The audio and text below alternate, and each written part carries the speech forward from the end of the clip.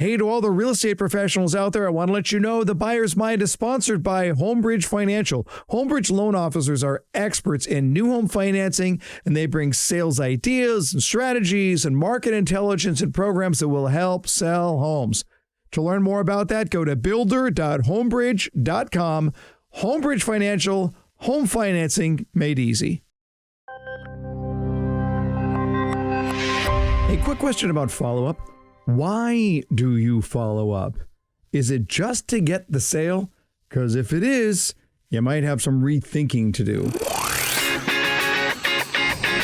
Welcome to the Buyer's Mind, where we take a closer look deep inside your customer's decision-making mechanism to reverse engineer the perfect sales presentation.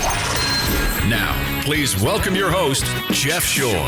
Hey, everybody. Welcome back to the Buyer's Mind. I'm Jeff Shore, your host on the podcast where we talk about the way our customers think. And today we have a special quick strike edition of the Buyer's Mind. For those of you who are in a hurry, we'll get you in and out on this with a very, very important subject. I'm going to be spending some time over the course of several episodes talking about sales follow-up. Now, I'm just wrote a book on that subject. It'll be published by McGraw-Hill. It'll be out here shortly. But as I'm thinking about that book, I'm thinking about the subject of follow-up. It really begins with the question of why do we follow up in the first place? Or what is our follow-up mentality?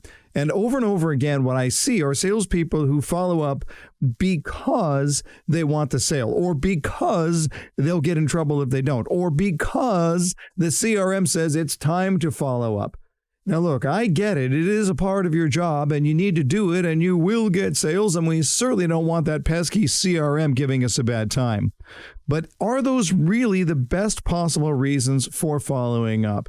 And I'm going to suggest that they are not. In fact, there is one overriding purpose for follow-up that is accomplished by all those other things. It might sound counterintuitive. It might sound different than what you've heard in the past, but I want to suggest to you that it is the quickest way to be your best self, to do your best work, and to still get sales. I want to suggest that the number one reason that we follow up is to serve. That we follow up to serve. Now, how often have you, as a consumer, received a follow-up call at any time in your life from a salesperson who just said, "Hey, it's Frank. Haven't talked in a while. Just wanted to see if you were interested in buying." Here's my question. What service is there in that call? And I would argue there's absolutely a service to the salesperson. And if that's what you're interested in and only what you're interested in, I guess I get it. But when it comes to sales for the customer, no, and no. You know how you feel when you get calls like that, if that's what follow-up looks like. The question we want to ask is, how do I add value by serving my customer more? So as we continue in this conversation, I want to make a suggestion to you that you're thinking about a customer that you have recently been working with, somebody who is in your backlog of leads, but who has not pulled the trigger. You've had the conversation, you've talked to them, you know that there's a need and you know there's an interest in what it is that you sell, but they're stuck. They haven't moved forward.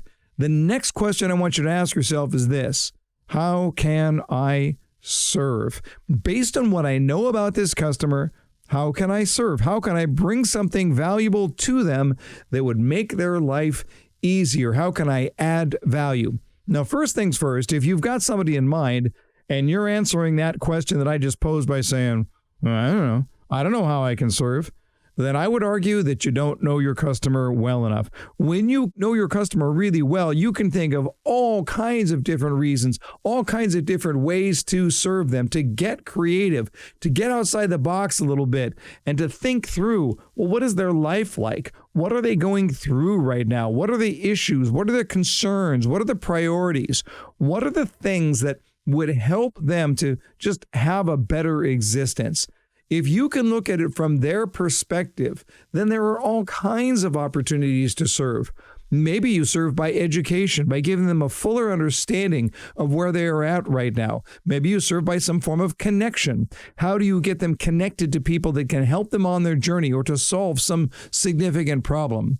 Perhaps you can serve them by suggestions. Maybe you can look at it and say, you know things about your area, about just your own life expertise that you think would apply and pertain to your customer. But this is where we want to start. How do I serve my customer? If you take the service first mentality into that conversation, guess what's going to happen? When you call them, when you make that follow-up call, now you're going to see this pay off in two different ways. One is that they are going to be more appreciative of the phone call. And two is you are going to more likely want to make the phone call. Because let's face it, that salesperson who calls up and says, hey, so you ready to buy yet? The customer doesn't want that call, and frankly, you don't want to make that call.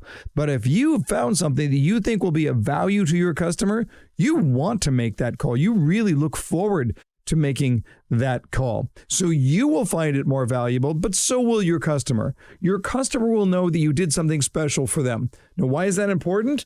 Because of the principle of reciprocity. We know through research that reciprocity is a key influencing factor. That is, that people are inclined to do something nice for us when we do something nice for them. So if we go out of our way to serve in some way, and I'm not saying the nice thing we want them to do for us is buy. All I'm saying is the nice thing we want them to do for us is to talk to us, to have a conversation, to listen, to chat it up a little bit, and to be able to figure out how we can continue this process moving forward. When you're thinking about follow-up, think first about serve. How do you serve? Hey, this is Paul Murphy, the producer of The Buyer's Mind, and as Jeff mentioned at the beginning of this episode, he has a new book coming out titled Follow Up and Close the Sale. Just like in today's episode, Jeff has some great wisdom about follow-up that he knows will benefit you in your career.